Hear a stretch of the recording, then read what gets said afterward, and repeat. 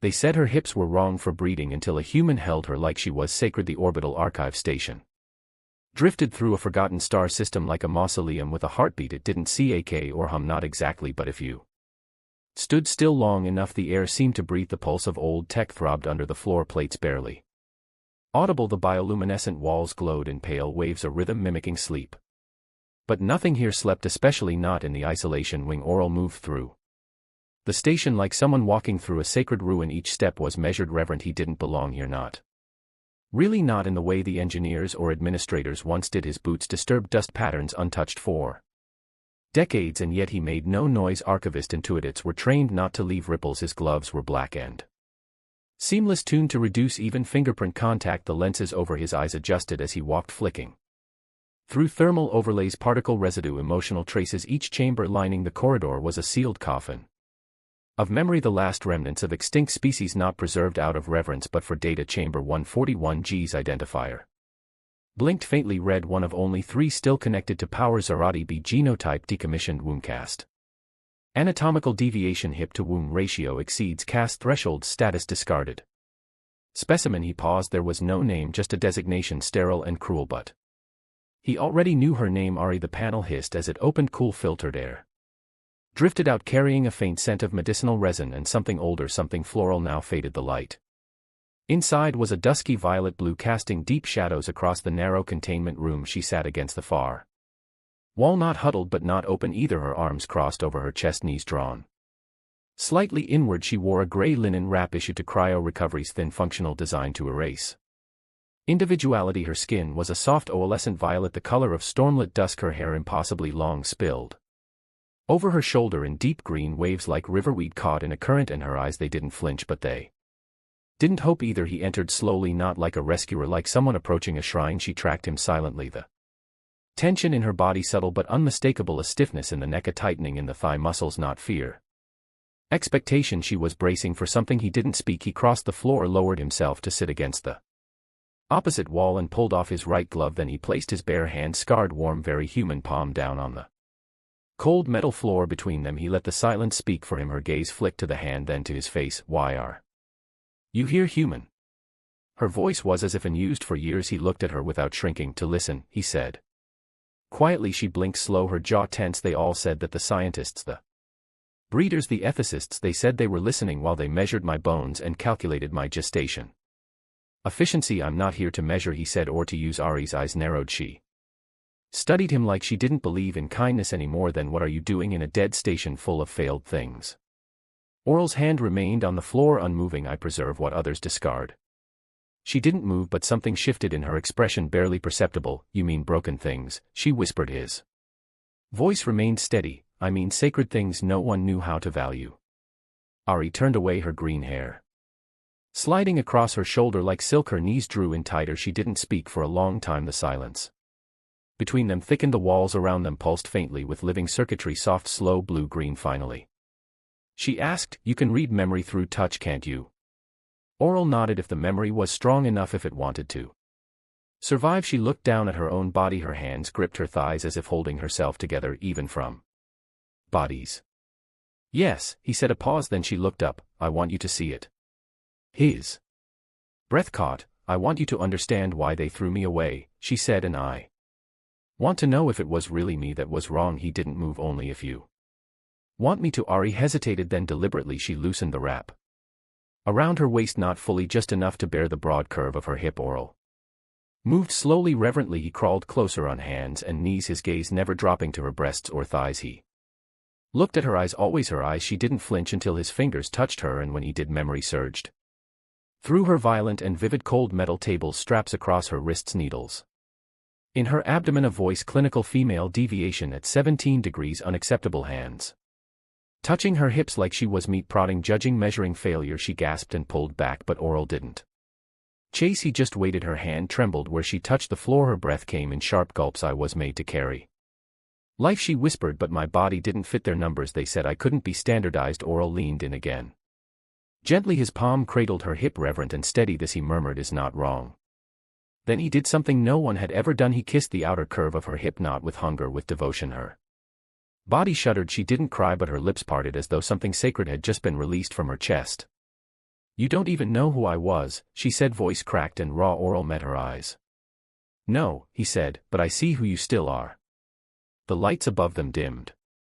Briefly a flicker, then another oral looked up, his brow furrowed, he tapped a small scanner clipped to his belt, a delay pulse, irregularity, power redirection, non-scheduled. Someone else had accessed the grid. The station wasn't as empty as it seemed. He didn't say anything, yet no need to frighten her, but his spine went stiff, his muscles coiled. Ari watched him. You felt something, she said. He didn't lie. Maybe. She hesitated again, then slowly, so slowly, her fingers reached for his. She laced them over his hand, resting on the floor. For the first time she didn't just endure touch, she asked for it. Her voice dropped to a hush. Will you stay? And in her tone something flickered for the first time. Not fear, not shame, hope. Oral's hand closed around her, steady and warm. As long as you want me to. She hadn't let go. That mattered. Ari's fingers still rested on Oral's. No tremble, no retreat, just a quiet, lingering grip that held the ghost of warmth. That small, simple choice to touch, to stay, had more weight than anything she'd said. The lights flickered overhead. Brief stuttering. Oral didn't react, not visibly, but his breath slowed, his posture adjusted just slightly, a fraction more upright. Inside his neural HUD alert lines traced the outline of a power fluctuation, external interference. The archive was no longer isolated. Someone was reaching in. He muted the notification and glanced at her. I'm hungry, I said. Her voice didn't hold apology or demand, just fact. She said it as if it surprised her, like the hunger had been waiting silent beneath years of numbness and had finally risen to the surface. You should be, Oral replied. Your system's burning energy fast. Stasis reboots aren't gentle. She gave a small hollow laugh. They didn't teach us to feel hunger, just how to suppress it. I imagine they didn't teach you how to enjoy food either. No. He reached for the heat coil unit in his pack, pulled out a sealed ration, human design, adaptable compounds, protein rich, and activated the warming cycle. The scent rose slowly, heat broth, a subtle note of cumin. Ari's eyes followed the steam. Her posture remained guarded, but her body leaned toward it before her mind could protest. He handed her the container. She held it in both hands, her fingers curled tightly around the warmth, like she was afraid it might vanish. The first sip made her flinch. The second she choked a little, swallowing too fast. Her eyes burned. She turned her face, tried to wipe at it without him seeing. I forgot what warmth on the tongue feels like, she murmured. Everything they gave us was cold, calculated nutrient volume per milliliter, no taste, no texture. You don't have to eat fast, Oral said quietly. No one's timing you. A pause. Then that's the first time I've heard that. She drank more slowly after that. The act seemed to disarm her, not completely, but the way her shoulders eased, the way her breathing settled, spoke of something inside her unwinding. I remembered a woman, she said, from before the assignments. She ran the gardens near the incubation halls. She used to give me a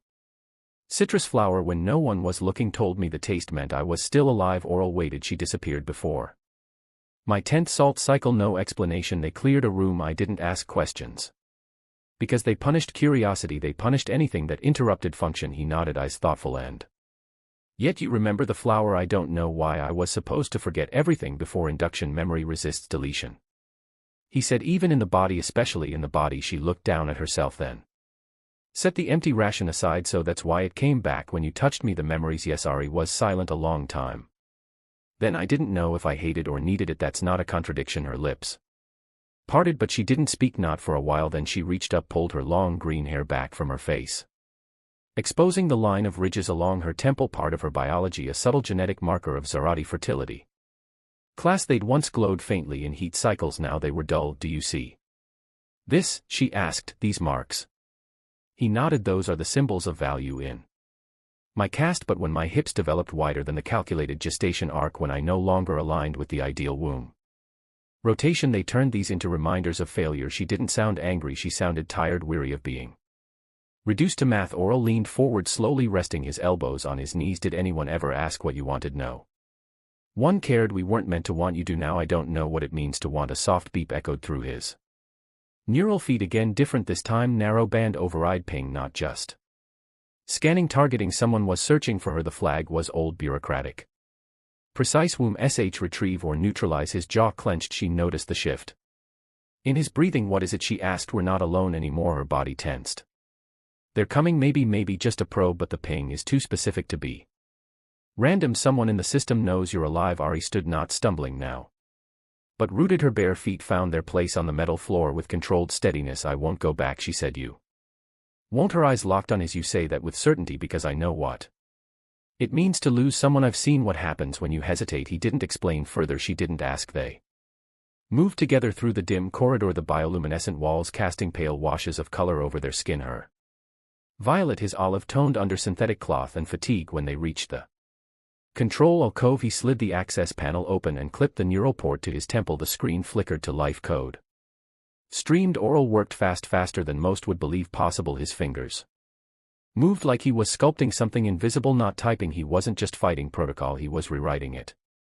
Ghosting the signal, forcing the archive to mislabel her chamber, creating digital echoes of her location across 50 empty pods. They won't find you easily, he said. I've scattered the signal, but it won't hold forever. How long? Hours, maybe less if they send a drone. Ari stepped closer. He noticed she was shaking, not with fear but readiness, fight or flight. But this time her eyes were calm. She wasn't retreating into herself, she was facing forward. You were someone before all this, he said suddenly, before the files. What was your name before they called you a specimen? She hesitated. Then they called me Ari. Even then, but once someone said it meant first bloom in one of the old dialects. He smiled faintly. That fits. A silence passed between them, not empty, charged. She touched his arm, her fingers curling softly against his sleeve. If this ends badly, she said, don't let them take my body, don't let them recycle me. They won't, he said, not while I'm breathing. And then softer, but we're not going to die here. Ari held his gaze. Then let me stay by your side, not behind, not hidden. Oral offered his hand. She took it. Together they turned back down the corridor, toward warmth, toward danger, toward something neither of them could name yet, but both could feel. Not duty, not survival. Beginning. The archives breath had changed. Oral could feel it beneath his boots, subtle but definite. The low-frequency hum that once lulled the station like a sleeping creature now thrummed with alert tension. Systems had shifted from passive monitoring to defensive posture, responding to something beyond the walls, something watching, reaching. He and Ari walked in silence through the pulsate corridors, flanked by relics in stasis, the last breath of extinct species catalogued for no one. The bioluminescent light bled slowly across her bare shoulders and the emerald lengths of her hair, her steps firm but quiet. She hadn't asked questions since he disconnected the override ping. She didn't need to. ORL carried the silence for both of them. He scanned ahead using a short-range sonar sweep through his neural interface, masking it behind routine system maintenance protocols. His breathing remained calm, but his body was coiled. Prepared. Ari noticed. She always noticed now. They'll send something, she said. Eventually, not afraid, certain. He nodded. Most likely a hunter drone, non-sentient surgical program to retrieve or destroy. Her lips parted slightly, her voice quiet but edged to them. I'm corrupted data, a loose variable to me. You're the variable that makes the equation worth solving. That made her blink. She didn't look away. They entered the environmental suite, a rarely used hydroponic chamber filled with nutrient fog and soft condensation. Faint green stalks climbed along the walls, long since abandoned by their keepers but still breathing under the low spectrum lights. The air was moist and rich with the scent of wet leaf and old oxygen. Ari slowed. She closed her eyes. This smells like the nursery domes. Oral didn't speak. He let her feel it. I used to run between the vine lanes when no one was watching, she said. I was small enough to hide for a while. I believed the world ended at the garden walls, and when you learned it didn't, they took my body, made it something else, something useful. He stepped closer, careful not to break. The moment they tried to make you a container. She opened her eyes. But I remember the bloom vines, the way they pulsed open after misting, like they were reaching, needing. She turned toward him. There was a new steadiness in her voice. That's how it felt when you touched me, not like you were taking, like you were meeting me where I was, he said simply. A pause, long still, then she stepped toward him slowly and laid a hand on his chest. Her fingers didn't tremble this time. They rested over his heartbeat, steady and real beneath thin fabric. You're not like them, she said. No, he said, I'm not.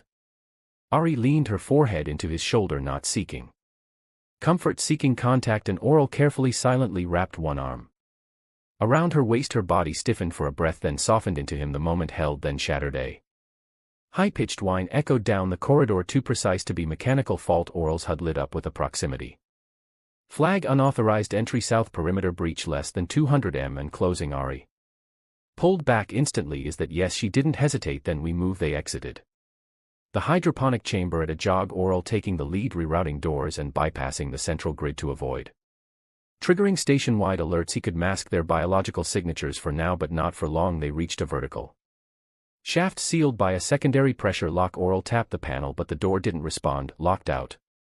Ari asked. Voice tight he scanned the system. The override spreading there taking root. He dropped to one knee manually pried the interface panel open and rerouted the power feed through his field kit. It bought them a 10-second window. The door hissed open inside a cramped maintenance tunnel, narrow and steep. I can climb, she said before he could ask. She moved first, gripping the rail with sure hands, her long limbs graceful despite the confined space. Oriel followed close behind. The air grew warmer as they ascended. This section had been closed off for decades, repurposed for waste heat dispersal. When they reached the top, he popped the hatch and scanned again. Nothing immediate, but the drone was closer than he wanted it to be.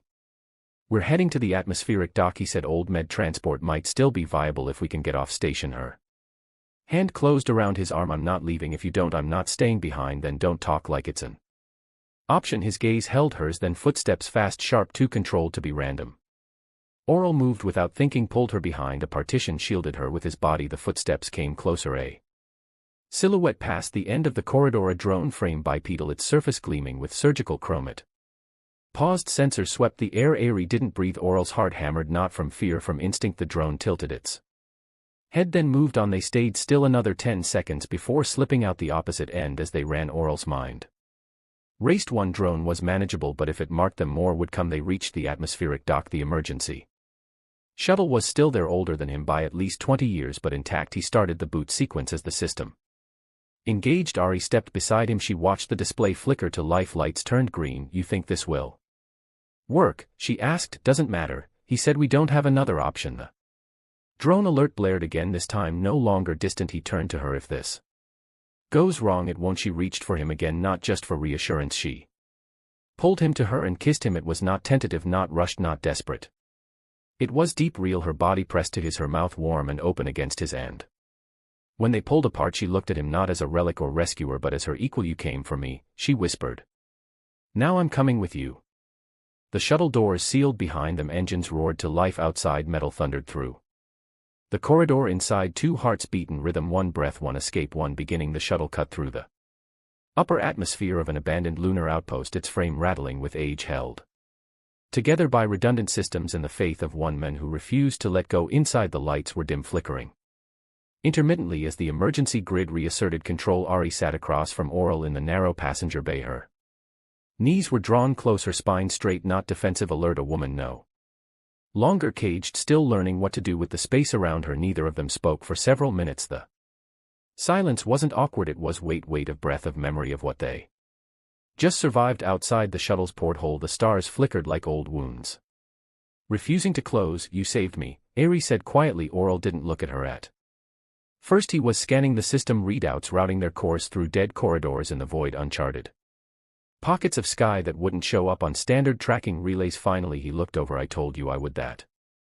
wasn't the question. No, it wasn't. Ari studied him. You risked everything, not just your position, your life, and I don't even know what you left behind. Oral hesitated, then shut the panel. His hands rested on his knees, palms open. I used to work with reconstruction teams, post-catastrophe retrieval, war zones, collapsed colonies, failed terraforming sites. They'd send in automated units to clear what was left. I'd follow, trace the stories no one wanted to remember. Why? Because someone had to. No one forced you into that number, but someone died because I didn't arrive in time. Ari waited. It was a refugee girl half my age, hiding in a collapsed medical bay on Halo 7. The scanners missed her. I didn't. I felt something in the metal panic heat, a memory of touch. By the time I broke through the sealed panel, she was already gone. Her throat moved, but she said nothing. They cleared the site that night, marked it clean, erased her name.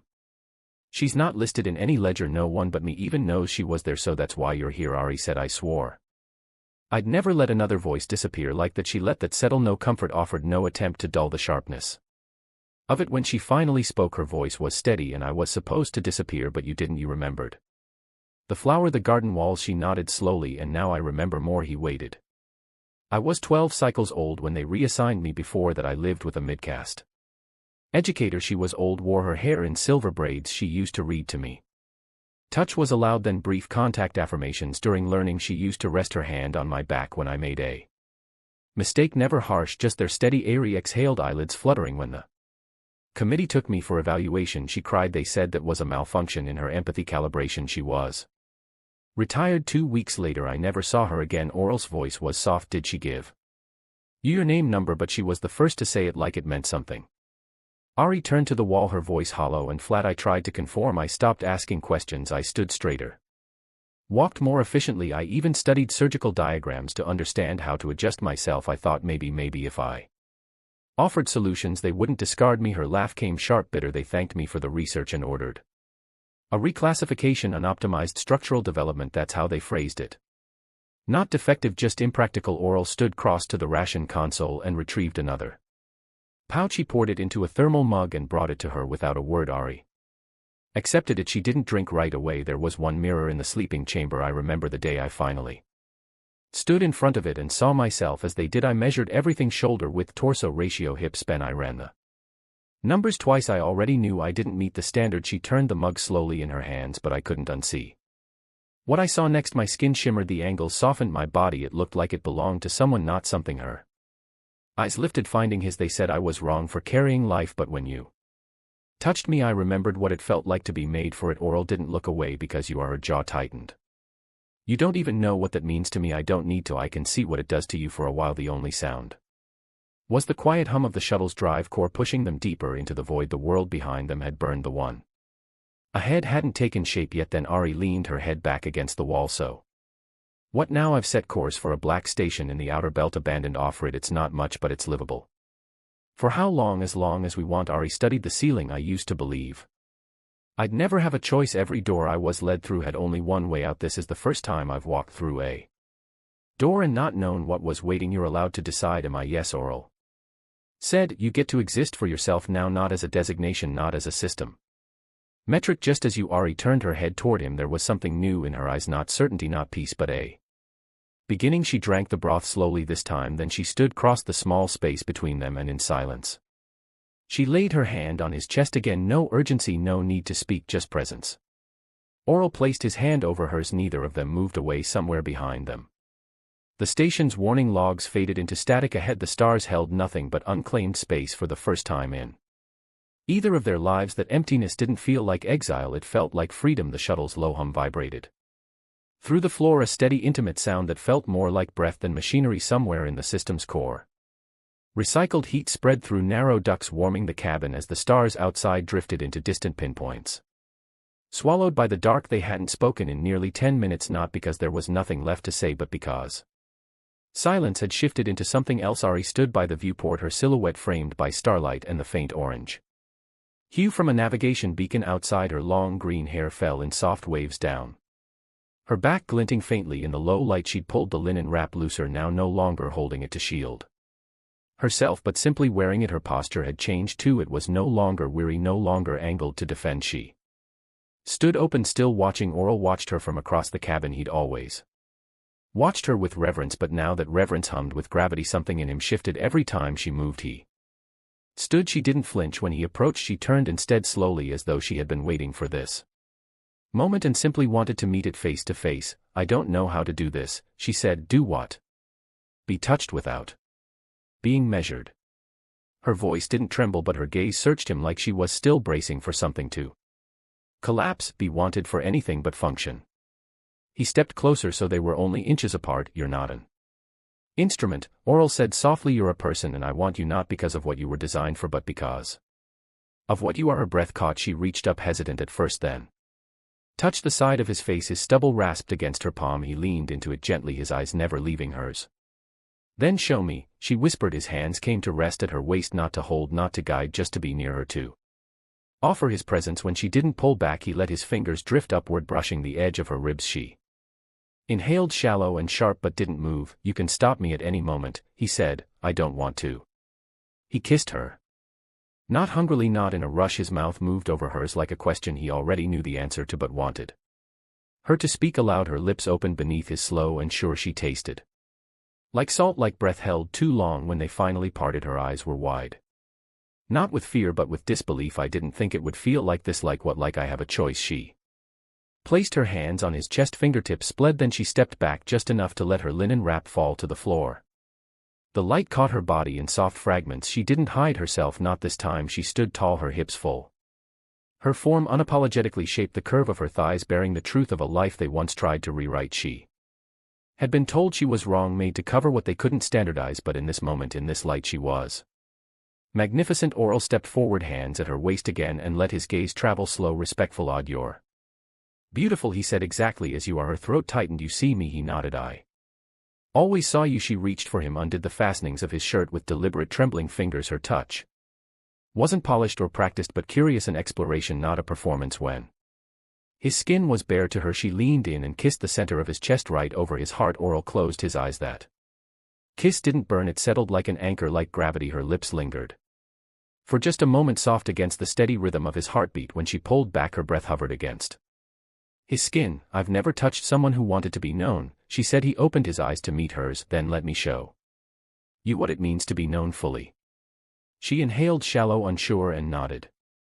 They moved slowly, instinctively. When she straddled his lap, her thighs eased apart around him, settling her body against his with cautious pressure. She adjusted, uncertain but unafraid. Her legs bracketed his hips and her weight settled, not lightly, not with hesitation but with meaning. He placed his hands at her sides, sliding upward along the supple tension of her back until they reached her shoulders. She watched his face, trying to read it, not for judgment but for intention. What she found there made her breath hitch. Reverence. He wasn't devouring her with his eyes, he was drinking her in as if she were sacred. His palms moved downward, now coasting the arc of her waist before resting gently, almost like prayer, at her hips. He paused, held her there, not possessively, worshipfully. His thumbs traced the outer line of her hips slowly. They were wide, undeniably full, powerful in a way that defied the sterile standards that once discarded her. The curve of them wasn't a defect, it was a song, and Oral listened to it like a man starved of beauty. Ari inhaled sharply.